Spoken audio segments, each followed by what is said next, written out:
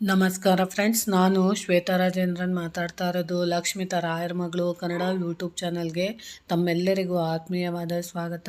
ಸ್ನೇಹಿತರೆ ಎಲ್ಲ ಹೇಗಿದ್ದೀರಾ? ಚೆನ್ನಾಗಿದ್ದೀರಾ? ನಾನು ಕೂಡ ಚೆನ್ನಾಗಿದ್ದೀನಿ. ಸ್ನೇಹಿತರೆ, ಇವತ್ತು ನಾನು ನಿಮಗೆ ತಿಳಿಸ್ತಾ ಇರೋ ಮಾಹಿತಿ ಬಂದು, ಸುಮಾರು ಜನ ನನಗೆ ಕೇಳ್ತಾ ಇರ್ತೀರ ಏನು ಅಂತ ಅಂದರೆ, ನೋಡಿ ಶ್ವೇತು, ನಮ್ಮ ಮನೆಯಲ್ಲಿ ಹಲ್ಲಿ ಲೊಚ್ಚಿಬಿಡ್ತಾ ಇದೆ, ಅದು ಯಾವ ದಿಕ್ಕಿಂದ ಅಲ್ಲಿ ಲೊಚ್ಚಿಬಿಟ್ರೆ ನಮಗೆ ಒಳ್ಳೆಯದಾಗುತ್ತೆ ಅಥವಾ ಕೆಟ್ಟದಾಗುತ್ತೆ? ಯಾವಾಗಲೂ ಅಷ್ಟೇ ನಮ್ಮ ಮನೆಯಲ್ಲಿ ನಾವು ಪೂಜೆ ಮಾಡುವಂಥ ದೇವರ ರೂಮಿಂದ ನಮಗೆ ಅಲ್ಲಿ ನಾನು ಪೂಜೆ ಮಾಡಿ ಒಂದು 10 ನಿಮಿಷ ಆಗಿರುತ್ತೆ, ಅದಾದ ನಂತರ ನಮಗೆ ಅಲ್ಲಿ ಲೊಚ್ಚಿಬಿಡೋಕ್ಕೆ ಸ್ಟಾರ್ಟ್ ಮಾಡ್ತಾ ಇರುತ್ತೆ. ಅದು ಲೊಚ್ಚಿಬಿಡ್ತಾ ಇದೆ, ನಮಗೆ ಏನು ಸೂಚನೆ ಅಂತ ಗೊತ್ತಾಗ್ತಿಲ್ಲ, ಒಳ್ಳೆಯದು ಅಂತಲೂ ಗೊತ್ತಾಗ್ತಿಲ್ಲ, ಕೆಟ್ಟದ್ದು ಅಂತಲೂ ಗೊತ್ತಾಗ್ತಿಲ್ಲ ಅಂತ ಹೇಳ್ತಾ ಇರ್ತೀರಲ್ವಾ. ಆದರೆ ಕೆಲವೊಬ್ರು ಹೇಳ್ತಾರೆ, ನಮ್ಮ ಮನೆಯಲ್ಲಿ ಜಾಸ್ತಿ ಹಲ್ಲಿಗಳಿದೆ, ಅಡುಗೆ ರೂಮಲ್ಲೆಲ್ಲ ಓಡಾಡ್ತಾ ಇರುತ್ತೆ, ಮತ್ತು ದೇವರ ಫೋಟೋ ಹಿಂದೆ ಎಲ್ಲ ಓಡಾಡ್ತಾ ಇರುತ್ತೆ, ದೇವ್ರ ಫೋಟೋ ಮೇಲೆ ಬಂದರೆ ಅಲ್ಲಿ ಒಳ್ಳೆಯದಾ ಕೆಟ್ಟದ ಅಂತ ಕೇಳ್ತಾ ಇರ್ತೀರಾ. ಅದಕ್ಕೋಸ್ಕರ ನನಗೆ ಗೊತ್ತಿರೋ ಇಷ್ಟು ದೊಡ್ಡವ್ರು ಹೇಳಿರೋಂಥ ಪುಟ್ಟ ಮಾಹಿತಿನ ನಾನು ನಿಮಗೆ ಅಲ್ಲಿ ಬಗ್ಗೆ ತಿಳಿಸ್ಕೊಡ್ತೀನಿ. ಏನಂತ ಅಂದರೆ, ನೋಡಿ ಸ್ನೇಹಿತರೆ, ಈ ಹಲ್ಲಿ ಅನ್ನೋದು ನಮ್ಮ ಜೀವನದಲ್ಲಿ ಎಷ್ಟು ಪ್ರಾಮುಖ್ಯತೆ ಪಡೆದಿದೆ ಅಂತ ಅಂದರೆ, ಯಾವಾಗಲೂ ಅಷ್ಟೇ ನಾವು ಈ ಹಲ್ಲಿ ಅನ್ನೋದು ನಮಗೆ ಲಕ್ಷ್ಮಿಯ ಸಂಕೇತ ಆಗಿರುತ್ತೆ. ಅದನ್ನು ನಾವು ಯಾವಾಗಲೂ ಅಷ್ಟೇ ಮನೆಯಲ್ಲಿ ನೋಡೋದ್ರಿಂದ ಅಥವಾ ಅದು ಓಡಾಡೋದ್ರಿಂದ ಕೆಲವೊಂದು ಸ್ಥಳಗಳಲ್ಲಿ ನೀವು ನೋಡಿದರೆ ಮಾತ್ರ ಅದು ಶುಭ ಆಗಿರುತ್ತೆ, ಕೆಲವೊಂದು ಸ್ಥಳದಲ್ಲಿ ನೋಡಿದಾಗ ಅದು ನಮಗೆ ಅಶುಭ ಅನ್ನೋ ಥರದ್ದು ಆಗುತ್ತೆ. ಯಾಕಂದರೆ ಇವಾಗ ನೀವು ಪದೇ ದೇವರ ಮೇಲಿರೋವಂಥ, ದೇವರ ಮನೆಯಲ್ಲಿರೋವಂಥ ಫೋಟೋ ಮೇಲೇನಾದ್ರೂ ನೀವು ಅಲ್ಲಿನ ನೋಡಿದ್ದೆ ಆದರೆ ಅಲ್ಲಿ ನಿಮಗೆ ಖಂಡಿತವಾಗ್ಲೂ ಮಹಾಲಕ್ಷ್ಮಿ ಅನುಗ್ರಹ ಆಗೋದಕ್ಕೋಸ್ಕರ, ಮಹಾಲಕ್ಷ್ಮಿ ಇನ್ನೇನು ನಿಮ್ಮ ಮನೆಗೆ ಒಳ್ಳೆಯದನ್ನ ಮಾಡೋದಕ್ಕೋಸ್ಕರ, ಆ ಸೂಚನೆ ಕೊಡೋದಕ್ಕೋಸ್ಕರ ನಿಮ್ಮ ಮನೆ ಫೋಟೋ ಮೇಲೆ ಅಲ್ಲಿ ಹರಿದಾಡ್ತಾ ಇರ್ಬೋದು. ಅದು ನಿಮಗೆ ಒಳ್ಳೆಯ ಶುಭ ಸೂಚಕ ಆಗಿರುತ್ತೆ.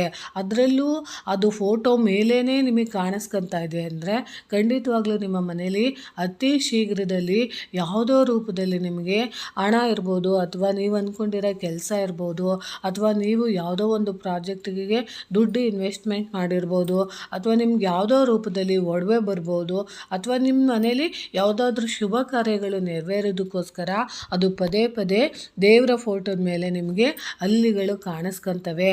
ಅದರಲ್ಲೂ ಮುಖ್ಯವಾಗಿ ನಿಮಗೆ ಹಲ್ಲಿಗಳು ಗೋಡೆಗಳ ಮೇಲೆ ಒಂದು ಹಲ್ಲಿ ಕಾಣಿಸ್ಕೊಂಡ್ರೆ ಅದು ಶುಭ ಅಲ್ಲ, ಅಥವಾ 2 ಏನಾದರೂ ಕಾಣಿಸ್ಕೊಂಡ್ರೂ ಅದು ಸಹ ಶುಭ ಅಲ್ಲ.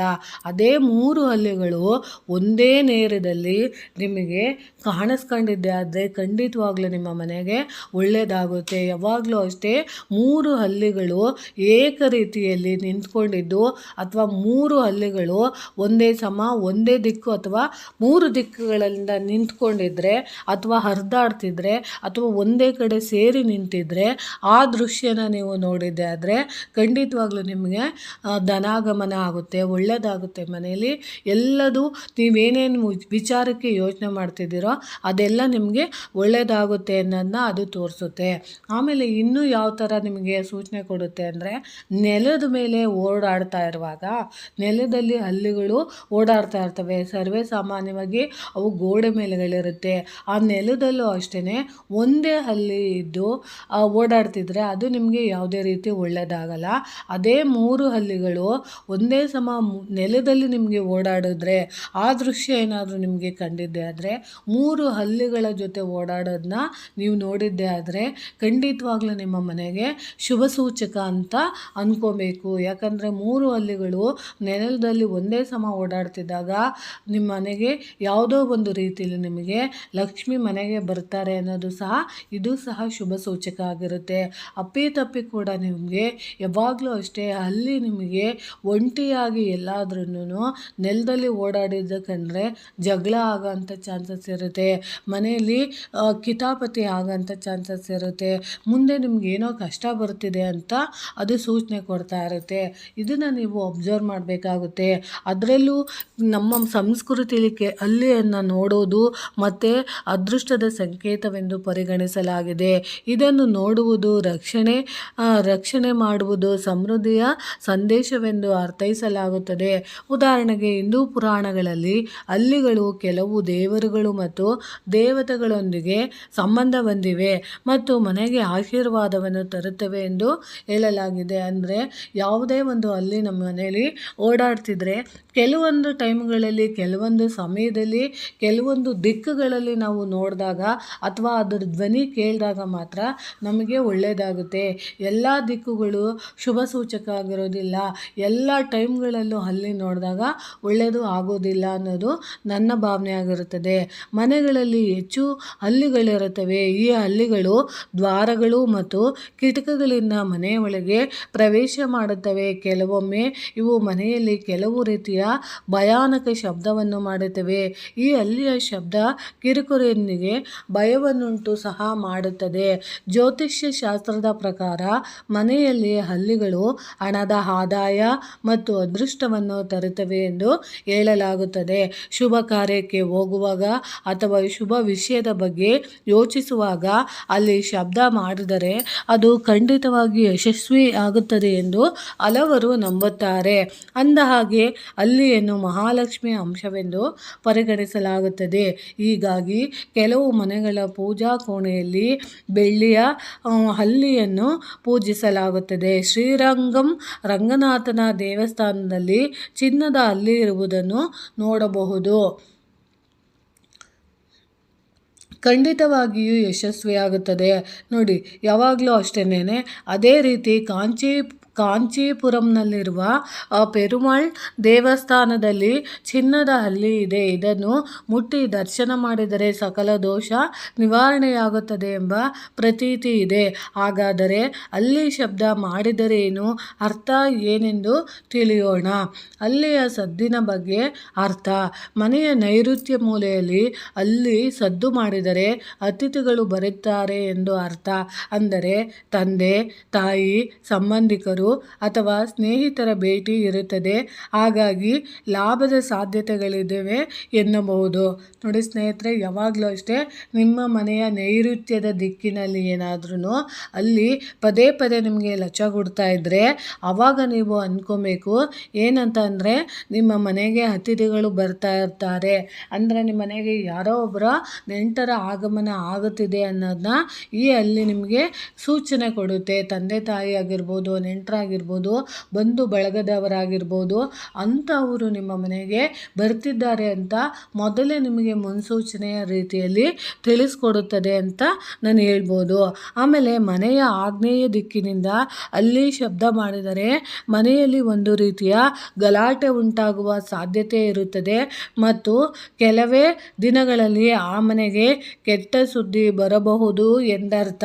ನೋಡಿ, ಆಗ್ನೇಯ ದಿಕ್ಕಲ್ಲಿ ಏನಾದ್ರೂ ಅಲ್ಲಿ ಪದೇ ಪದೇ ಲೊಚಗುಡ್ತಾ ಇದ್ದರೆ ನಿಮ್ಮ ಮನೆಯಲ್ಲಿ ಯಾವುದೋ ಒಂದು ವಿಷಯಕ್ಕೆ ಜಗಳ ಆಗ್ಬೋದು ಅಥವಾ ದೊಡ್ಡ ಜಗಳ ಆಗಿ ನಿಮ್ಮ ಮಾನಸಿಕ ನೆಮ್ಮದಿ ಕೆಟ್ಟು ಹೋಗ್ಬೋದು. ಮಾನಸಿಕವಾಗಿ ನೀವು ಕುಗ್ಗೋಗ್ಬೋದು. ಮನೆಯಲ್ಲಿ ಅಶಾಂತಿ ಅನ್ನೋದು ಸ್ಟಾರ್ಟ್ ಆಗ್ಬೋದು. ಗಲಾಟೆ ಗದ್ದಲ ಅನ್ನೋದು ಸ್ಟಾರ್ಟ್ ಆಗ್ಬೋದು. ಇಷ್ಟು ದಿನ ಗಂಡ ಹೆಂಡತಿ ಚೆನ್ನಾಗಿರೋರು ಇದ್ದಕ್ಕಿದ್ದಂತೆ ಜಗಳ ಬರುತ್ತೆ ಅನ್ನೋ ಮುನ್ಸೂಚನೆನ ನಿಮಗೆ ಆಗ್ನೇಯ ದಿಕ್ಕಿನಿಂದ ಅಲ್ಲಿ ಲೊಚಗುಟ್ಟುವ ಮುಖಾಂತರ ನಿಮಗೆ ಮುಂದೆ ಬರೋ ಅಂಥದ್ದನ್ನ ಖಂಡಿತವಾಗ್ಲೂ ತಿಳಿಸ್ಕೊಡುತ್ತೆ. ಆ ರೀತಿ ಏನಾದರೂ ಅಲ್ಲಿ ಲೊಚಗುಟ್ಟಾಗ ನಾವು ಎಚ್ಚರಿಕೆಯಿಂದ ಇರಬೇಕು ಅಂತ ನಾನು ತಿಳಿಸ್ಕೊಡ್ತೀನಿ. ಅಲ್ಲಿ ಪೂರ್ವದಿಂದ ಗರ್ಜಿಸುವುದು ಅಥವಾ ಅಪೂರ್ವ ದಿಕ್ಕಲ್ಲಿ ಏನಾದ್ರೂ ಅದು ಲೊಚಗುಟ್ಟಿದೆ ಆದರೆ ರಾಹು ಗ್ರಹದ ಲಕ್ಷಣ. ಮನೆಯ ಪೂರ್ವ ದಿಕ್ಕಿನಿಂದ ಅಲ್ಲಿ ಸದ್ದು ಮಾಡಿದರೆ ಒಳ್ಳೆಯದಲ್ಲ. ಏಕೆಂದರೆ ನಮ್ಮ ಮನಸ್ಸಿನಲ್ಲಿ ಭಯ ಮೂಡಬಹುದು ಮತ್ತು ಕೆಟ್ಟ ಸುದ್ದಿ ಬರಬಹುದು. ಬರಬಹುದು. ಪೂರ್ವ ದಿಕ್ಕಿನಿಂದ ಏನಾದರೂ ಅಲ್ಲಿ ಲಚ್ಗುಡ್ತಾ ಇದೆ ಅಂದರೆ ನಮ್ಮ ಮನೆಗೆ ಏನೋ ಒಂದು ನಾವು ಅಂದ್ಕೊಂಡಿಲ್ದಿರೋ ರೀತಿ ಕೆಟ್ಟ ಸುದ್ದಿ ಬರಬಹುದು. ಅದು ಇಂಥದ್ದೇ ಅಂತ ಹೇಳೋಕ್ಕಾಗಲ್ಲ. ಅಂಥ ಕೆಟ್ಟ ಸುದ್ದಿ ಬರುತ್ತೆ ಅನ್ನೋದು ಅದು ಮೊದಲೇ ಮುನ್ಸೂಚನೆ ಕೊಡ್ತಾ ಇರುತ್ತೆ. ಅದರಲ್ಲೂ ಪೂರ್ವ ದಿಕ್ಕಿನಲ್ಲಿ ಏನಾದ್ರೂ ಅದು ಲೊಚ್ಚಗೊಡ್ತಾ ಇದ್ದರೆ ಅದಕ್ಕೋಸ್ಕರ ನೀವು ಯಾವ ದಿಕ್ಕಲ್ಲಿ ಅಲ್ಲಿ ಲೊಚ್ಚಗೊಡ್ತಿದೆ ಅಂತ ಮೊದಲು ನೀವು ಸರಿಯಾಗಿ ಜಡ್ಜ್ಮೆಂಟ್ ಮಾಡಿಕೊಂಡು ಆಮೇಲೆ ನಿರ್ಧಾರಕ್ಕೆ ಬನ್ನಿ ಅಂತ ನಾನು ತಿಳಿಸೋಕ್ಕೆ ಇಷ್ಟಪಡ್ತೀನಿ. ಉತ್ತರ ದಿಕ್ಕಿನಲ್ಲಿ ಅಲ್ಲಿ ಗಲಾಟೆ ಮಾಡಿದರೆ ಒಳ್ಳೆಯದು ಸಂಭವಿಸುತ್ತದೆ. ನಿಮ್ಮ ಮನೆಗೆ ಒಳ್ಳೆಯ ಸುದ್ದಿ ಬರಲಿದೆ ಎಂದರ್ಥ. ಯಾವಾಗಲೂ ಅಷ್ಟೇ ಹಳ್ಳಿಗಳು ಉತ್ತರ ದಿಕ್ಕಿನಲ್ಲಿ ನಿಮ್ಮ ಮನೆಗೆ ಲೊಚ್ಚಗುಡ್ತಾ ಇದೆ ಅಂತ ಅಂದ್ಕೊಳ್ಳಿ. ಆಗ ನಿಮ್ಮ ಮನೆಗೆ ಮಹಾಲಕ್ಷ್ಮಿ ಅನುಗ್ರಹ ಖಂಡಿತವಾಗ್ಲೂ ಆಗುತ್ತೆ. ಯಾವುದೋ ಒಂದು ರೂಪದಲ್ಲಿ ನಿಮಗೆ ಸಹಾಯ ಆಗುತ್ತೆ. ನೀವು ಯಾವುದೋ ಒಂದು ಪೂಜಾ ಅನುಷ್ಠಾನ ಮಾಡಿರ್ಬೋದು ಅಥವಾ ಯಾವುದೋ ಒಂದು ವಿಷಯಕ್ಕೆ ನೀವು ಬೇಡ್ಕೊತಾ ಇರ್ಬೋದು. ಆಗ ನಿಮಗೆ ಅಲ್ಲಿಯ ಶಬ್ದ ಕೇಳಿಸಿದಾಗ ಖಂಡಿತವಾಗ್ಲೂ ಆ ಕಾರ್ಯ ಆಗುತ್ತೆ ಅಂತ ನೀವು ತಿಳ್ಕೊಬೇಕಾಗುತ್ತೆ. ಮಗಳು ಮದುವೆ ವಿಷಯ ಮಾತಾಡ್ತಿರ್ಬೋದು, ಜಮೀನು ವಿಷಯ ಮಾತಾಡ್ತಿರ್ಬೋದು, ಅಥವಾ ಒಂದು ಬಿಸ್ನೆಸ್ ವಿಷಯ ಮಾತಾಡ್ತಾ ಇರ್ಬೋದು, ಅಥವಾ ಯಾವುದೋ ಒಂದು ವಿಷಯಕ್ಕೆ ಬಂಡವಾಳ ಹಾಕೋದನ್ನ ನೀವು ಮಾತಾಡ್ತಾ ಇರ್ಬೋದು.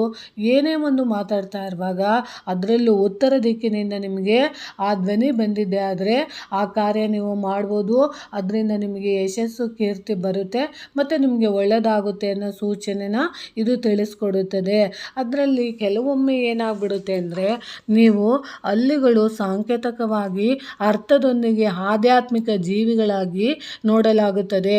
ಅವು ಬದಲಾವಣೆಯ ರೂಪಾಂತರ, ಪುನರುತ್ಪಾದನೆ ಮತ್ತು ಅಂತಃಪ್ರಜ್ಞೆಯನ್ನು ಪ್ರತಿನಿಧಿಸುತ್ತವೆ ಎಂದು ನಂಬಲಾಗುತ್ತದೆ. ಕೆಲವು ನಂಬಿಕೆಯ ವ್ಯವಸ್ಥೆಗಳಲ್ಲಿ ಹಳ್ಳಿಯನ್ನು ನೋಡುವುದು ಜೀವನದಲ್ಲಿ ಆಗುವ ಬದಲಾವಣೆ ಎಂದು ಪರಿಗಣಿಸಲಾಗುತ್ತದೆ.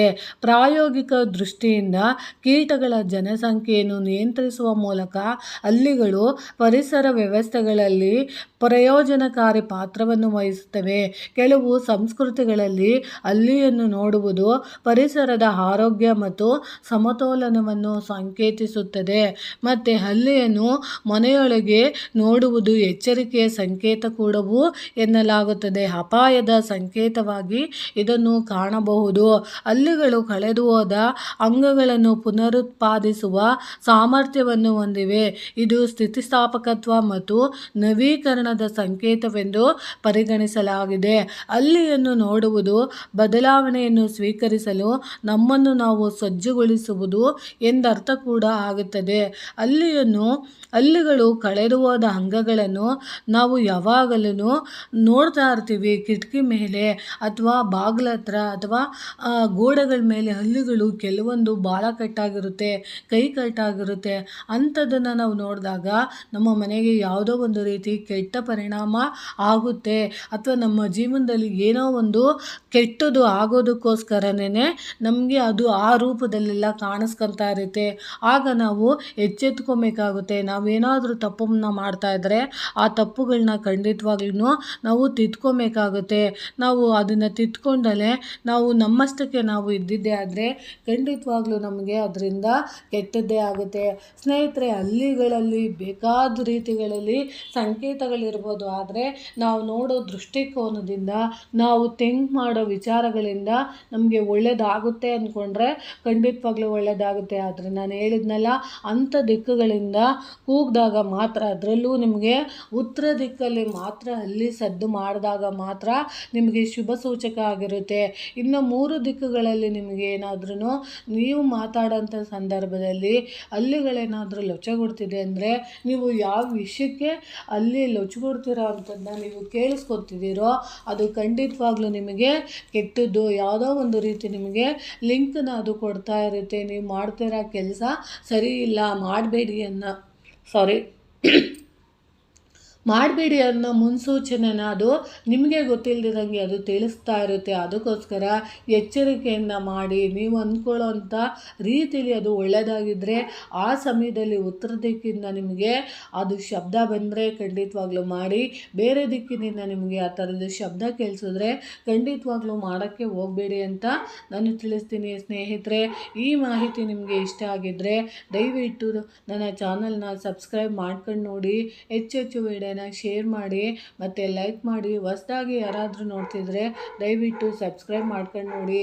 ಸ್ನೇಹಿತರೆ, ಇವತ್ತು ಕಾಲಾಷ್ಟಮಿ ಕೂಡ ಇರೋದ್ರಿಂದ ಸ್ನೇಹಿತರೆ, ನೀವು ಸಾಧ್ಯವಾದಷ್ಟು ಇವತ್ತು ಕಾಲಾಷ್ಟಮಿ ಇರೋದ್ರಿಂದ ನೀವು ನಾಯಿಗಳಿಗೆ ಖಂಡಿತವಾಗ್ಲೂ ಇವತ್ತು ನಿಮ್ಮ ಮನೆಯಲ್ಲಿರೋಂಥ ಆಹಾರನ ಖಂಡಿತವಾಗ್ಲೂ ನಾಯಿಗಳಿಗೆ ಹಾಕಿ. ಯಾಕೆ ಇದನ್ನು ಹೇಳ್ತಾ ಇದ್ದೀನಿ ಅಂತಂದರೆ, ನಾಯಿಗಳು ಅಂದರೆ ಕಾಲಭೈರವನಿಗೆ ತುಂಬ ಇಷ್ಟ. ಅದರಲ್ಲೂ ಕಾಲಾಷ್ಟಮಿ ದಿನ ನಾವು ಕಪ್ಪು ನಾಯಿಗಳಿಗೆ ನಾವಿವತ್ತು ಎಣ್ಣೆಯಿಂದ ಮಾಡಿದಂಥ ಚಪಾತಿ, ಅದರಲ್ಲೂ ಮುಖ್ಯವಾಗಿ ಸಾಸಿವೆ ಎಣ್ಣೆನ ಸರವಿದಂಥ ಚಪಾತಿನ ನೀವು ನಾಯಿಗಳಿಗೆ ಹಾಕೋದ್ರಿಂದ ನಿಮಗೆ ಕಾಲದಲ್ಲಿ ಬರುವಂಥ ರೋಗ ರುಜಿನಗಳಿರ್ಬೋದು, ಶತ್ರುಗಳ ಕಾಟ ಇರ್ಬೋದು, ಅಥವಾ ನಿಮಗೆ ಅಪಮೃತ್ಯು ದೋಷಗಳಿದ್ದರೆ ಅದೆಲ್ಲ ಸಂಪೂರ್ಣವಾಗಿ ನಿವಾರಣೆ ಆಗೋದಕ್ಕೋಸ್ಕರ ನಾವು ಕಾಲಭೈರವನ ಆರಾಧನೆ ಮಾಡಬೇಕಾಗುತ್ತೆ. ಅದರಲ್ಲೂ ಮುಖ್ಯವಾಗಿ ಕಪ್ಪು ನಾಯಿಗಳಿಗೆ ನೀವು ಇವತ್ತಿನ ದಿನ ಖಂಡಿತವಾಗ್ಲೂ ನೀವು ಸಿಹಿಯ ಬೂಂದಿನ ನೀವು ಹಾಕೋದ್ರಿಂದ, ಅಂದರೆ ಸಿಹಿನ ನೀವು ನಾಯಿಗಳಿಗೆ ತಿನ್ನಿಸೋದ್ರಿಂದ ಇವತ್ತು ಖಂಡಿತವಾಗ್ಲೂ ನಿಮ್ಮ ಮನೆಗೆ ಯಾವುದೇ ರೀತಿ ಶತ್ರುಗಳಿರಲಿ, ಯಾವುದೇ ರೀತಿ ನಿಮಗೆ ಕಷ್ಟಗಳನ್ನ ಕೊಡ್ತಾ ಇರಲಿ, ಮಾಟ ಮಂತ್ರ ಪ್ರಯೋಗ ಆಗಿರಲಿ, ಅದೆಲ್ಲ ನಿವಾರಣೆ ಆಗೋದಕ್ಕೆ ಇವತ್ತಿನ ದಿನ ನೀವು ನಾಯಿಗಳಿಗೆ ನೀವು ಅದರಲ್ಲೂ ಕಪ್ಪು ಬಣ್ಣದ ನಾಯಿಗಳಿಗೆ ಸಿಹಿಯ ತಿನಿಸನ್ನು ನೀವು ತಿನ್ನಿಸೋದ್ರಿಂದ ಆ ದೋಷಗಳೆಲ್ಲ ಹೋಗಿ ನಿಮ್ಮ ಮನೆಗೆ ಕಾಲಭೈರವನ ಅನುಗ್ರಹ ಖಂಡಿತವಾಗ್ಲೂ ಆಗುತ್ತೆ. ಯಾಕೆ ನಾವು ಸಿಹಿನ ತಿನ್ನಿಸ್ಬೇಕು ಅಂದರೆ, ಕಾಲಭೈರವನಿಗೆ ಅದರಲ್ಲೂ ಕಪ್ಪು ನಾಯಿಗೆ ನಾವು ಸಿಹಿನ ತಿನ್ನಿಸೋದ್ರಿಂದ ನಮ್ಮ ಜಾತಕದಲ್ಲಿರೋಂಥ ದೋಷಗಳೆಲ್ಲ ನಿವಾರಣೆಯಾಗಿ ನಮ್ಮ ಜೀವನಕ್ಕೆ ಮತ್ತು ನಮ್ಮ ಬಾಳ್ವೆಗೆ ಸಮೃದ್ಧಿ ಕೊಡೋದಕ್ಕೆ ಅದು ಸಹಾಯ ಮಾಡುತ್ತೆ ಅಂತ ತಿಳಿಸ್ಕೊಡ್ತೀನಿ. ಸಾಧ್ಯವಾದರೆ ನಿಮ್ಮ ಮನೇಲಿ ಯಾವ ಸ್ವೀಟು ಮಾಡೋಕ್ಕಾಗಲಿಲ್ಲ ಅಂದರೂ ಸ್ವಲ್ಪ ಬೂಂದಿ ಕಾಳನ್ನಾದ್ರೂ ನಾಯಿಗಳಿಗೆ ಇವತ್ತಿನ ರಾತ್ರಿ ಹಾಕಿ. ಅದರಲ್ಲೂ ನೀವು ಸಂಜೆ ಸಮಯ ಅಂದರೆ ನೀವು ಊಟ ಮಾಡೋದಕ್ಕಿಂತ ಮುಂಚೆ ತಗೊಂಡೋಗಿ ನೀವು ನಾಯಿಗಳಿಗೆ ಇವತ್ತು ಅರ್ಪಣೆ ಮಾಡೋದ್ರಿಂದ ಖಂಡಿತವಾಗ್ಲೂ ನಿಮಗೆ ಕಾಲಭೈರವನ ಅನುಗ್ರಹ ಆಗುತ್ತೆ ಅಂತ ನಾನು ತಿಳಿಸೋಕ್ಕೆ ಇಷ್ಟಪಡ್ತೀನಿ. ಸಾಧ್ಯವಾದರೆ ಇವತ್ತು ಕಾಲಾಷ್ಟಮಿಗಳಲ್ಲಿ ನೀವು ಶಿವನ ಕಾಲಭೈರವನ ದೇವಸ್ಥಾನಗಳಿಗೆ ಹೋದಾಗ ಖಂಡಿತವಾಗ್ಲೂ ಬೂದುಗುಂಬಳಕಾಯಿ ದೀಪಗಳನ್ನ ಖಂಡಿತವಾಗ್ಲೂ ನಿಮಗೆ ಅನುಕೂಲ ಇದ್ದರೆ ಬೂದುಗುಂಬಳಕಾಯಿ ದೀಪಗಳನ್ನ ಹಚ್ಚಿ. ಯಾಕಂದರೆ ಕಾಲಭೈರವನಿಗೆ ಬೂದುಗುಂಬಳಕಾಯಿ ದೀಪನ ಹಚ್ಚೋದ್ರಿಂದ ಮನೆಯಲ್ಲಿ ಸುಖ ಮತ್ತು ಸಮೃದ್ಧಿ ಅಭಿವೃದ್ಧಿ ಆಗುತ್ತೆ. ಅದರಲ್ಲೂ ಮುಖ್ಯವಾಗಿ ಶತ್ರುಗಳ ಕಾಟ ನಿವಾರಣೆ ಆಗೋದಕ್ಕೆ ಬೂದುಗುಂಬಳಕಾಯಿ ದೀಪನ ಶಿವನ ದೇವಸ್ಥಾನಗಳಲ್ಲಿ ಹಚ್ತಾರೆ. ಅದನ್ನು ಮುಂದಿನ ದಿನಗಳಲ್ಲಿ ನಾನು ತೋರಿಸ್ಕೊಡ್ತೀನಿ. ಕೆಲವೊಬ್ಬರು ಬೂದುಗುಂಬಳಕಾಯಿ ದೀಪನ ಯಾವುದ್ಯಾವುದೋ ರೀತಿಯಲ್ಲಿ ಹಚ್ಚುತ್ತೀರಾ. ಆ ರೀತಿಯೆಲ್ಲ ಹಚ್ಚಿದ್ರೆ ನೀವು ಯಾವ ಉದ್ದೇಶಕ್ಕೆ ಹಚ್ಚಿದ್ದೀರಾ ಅದು ಖಂಡಿತವಾಗ್ಲೂ ನೆರವೇರೋದಿಲ್ಲ. ನಾನು ಹೇಳ್ಕೊಡೋ ರೀತಿಯಲ್ಲಿ ನೀವು ಬೂದುಗುಂಬಳಕಾಯಿ ದೀಪನ ನೀವು ಹಚ್ಚೋದ್ರಿಂದ ಮಾತ್ರ ನಿಮಗೆ ಶಿವನ ಅನುಗ್ರಹ ಆಗುತ್ತೆ ಅಥವಾ ಭೈರವನ ಅನುಗ್ರಹ ಆಗುತ್ತೆ ಅನ್ನೋದನ್ನ ನಾನು ನಿಮಗೆ ತಿಳಿಸ್ಕೊಡ್ತೀನಿ. ಸ್ನೇಹಿತರೆ, ಈ ಮಾಹಿತಿ ನಿಮಗೆ ಇಷ್ಟ ಆಗಿದ್ದರೆ ದಯವಿಟ್ಟು ನನ್ನ ಚಾನಲ್ನ ಸಬ್ಸ್ಕ್ರೈಬ್ ಮಾಡ್ಕೊಂಡು ನೋಡಿ. ಹೆಚ್ಚೆಚ್ಚು ವಿಡಿಯೋನ ಶೇರ್ ಮಾಡಿ ಮತ್ತು ಲೈಕ್ ಮಾಡಿ. ಹೊಸದಾಗಿ ಯಾರಾದರೂ ನನ್ನ ಚಾನಲ್ ನೋಡ್ತಿದ್ರೆ ದಯವಿಟ್ಟು ಸಬ್ಸ್ಕ್ರೈಬ್ ಮಾಡ್ಕೊಂಡು ನೋಡಿ ಅಂತ ತಿಳಿಸೋಕ್ಕೆ ಇಷ್ಟಪಡ್ತೀನಿ. ಪ್ರೀತಿಯ ಧನ್ಯವಾದಗಳು ಸ್ನೇಹಿತರೆ.